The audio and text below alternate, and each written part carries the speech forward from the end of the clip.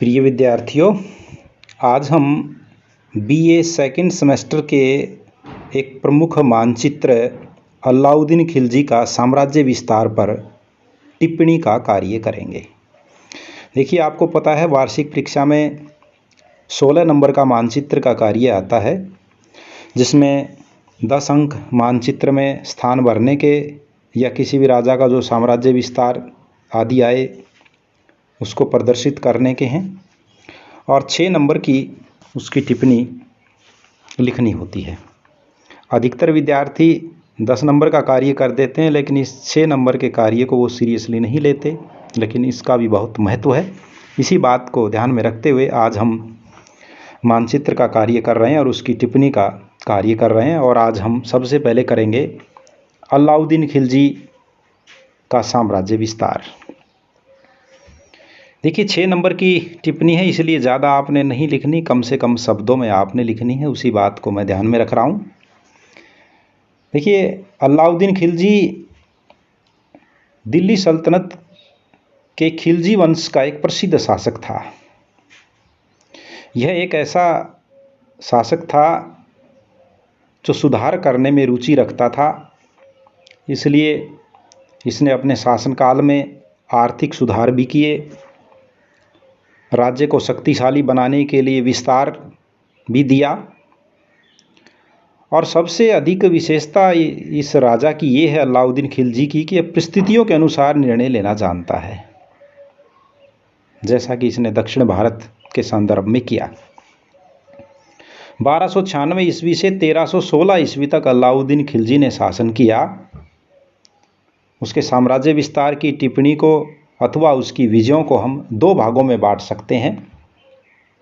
पहला भाग उत्तरी भारत की विजय और दूसरा भाग दक्षिण भारत की विजय। उत्तरी भारत की विजय में पहली विजय है गुजरात की विजय। 1297 ईस्वी में सबसे पहले अलाउद्दीन ने अपने सेनापतियों नुसरत खां तथा उलुग खां के नेतृत्व में एक सेना गुजरात के उपजाऊ तथा समृद्धशाली प्रदेश पर आक्रमण के लिए भेजी, और इस सेना ने गुजरात के शासक कर्णदेव को पराजित कर दिया, और इस प्रकार से गुजरात पर अधिकार हो गया। दूसरा है रणथंभौर की विजय। 1299 ईस्वी में सुल्तान ने नुसरत खां एवं उलुग खां के नेतृत्व में एक विशाल सेना रणथंभौर पर आक्रमण के लिए भेजी, परंतु रणथंभौर के शासक हमीर देव ने इसको पराजित कर दिया। इसके पश्चात सुल्तान ने खुद 1301 ईस्वी में 11 महीने के कड़े संघर्ष के बाद हमीर देव को पराजित कर दिया था, और इस प्रकार से रणथंभौर पर अधिकार कर लिया। तीसरी विजय है चित्तौड़ की विजय। 1303 ईस्वी में अलाउद्दीन ने मेवाड़ की राजधानी चित्तौड़ पर आक्रमण कर दिया। अपने वीर एवं प्रतापी शासक रतन सिंह के नेतृत्व में राजपूतों ने शत्रु का डटकर मुकाबला किया, परंतु वह पराजित हुए, और सुल्तान ने चित्तौड़ पर भी अधिकार कर लिया और चित्तौड़ का नाम बदलकर खिजराबाद रख दिया। चौथी विजय है उत्तरी भारत में मालवा की विजय।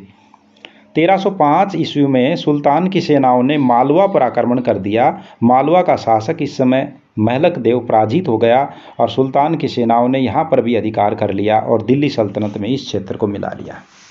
तो इस प्रकार से उत्तरी भारत के ये 4 प्रमुख विजय हैं।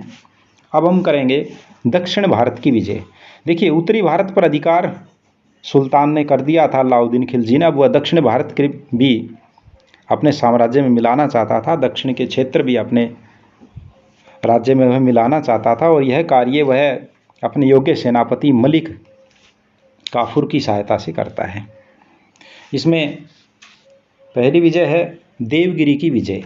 देखिए, 1306 में मलिक काफूर के नेतृत्व में सल्तनत की सेनाओं ने देवगिरी के शासक रामचंद्र देव को बुरी तरह से पराजित कर दिया, और रामचंद्र को सुल्तान की अधीनता स्वीकार करनी पड़ी।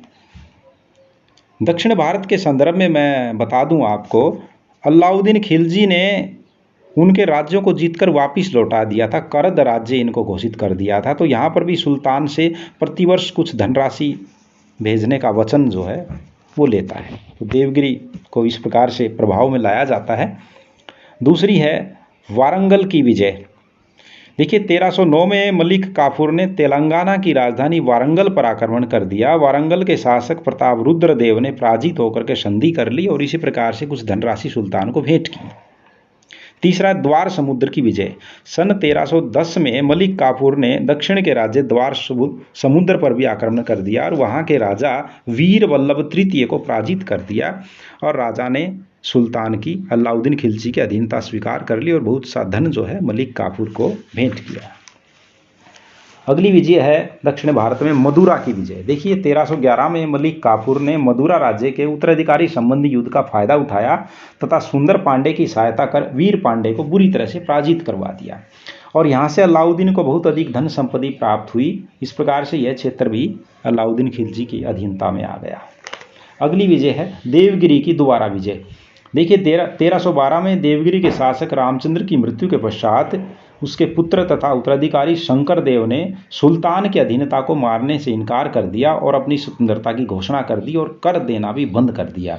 इसलिए मलिक काफूर ने दोबारा 1312 में इस क्षेत्र पर आक्रमण करके उसको मार डाला। इस प्रकार से अलाउद्दीन खिलजी ने बुद्धिमत्ता और दूरदर्शिता दिखाई और दक्षिण राज्यों को अपने साम्राज्य में नहीं मिलाया बल्कि एक करद राज्य उनको बना दिया। उनसे वार्षिक कर लिया जाता था और ये उसकी बुद्धिमत्ता थी। उसको लगता था कि अगर इतना विशाल साम्राज्य हो गया तो उत्तर भारत में रह करके दक्षिण भारत को नियंत्रण में लाने में कठिनाइयाँ आएगी, इसलिए दक्षिण भारत के संदर्भ में एक विशेष नीति अलाउद्दीन खिलजी अपनाता है। तो इस प्रकार से उत्तर और दक्षिण भारत में ये प्रमुख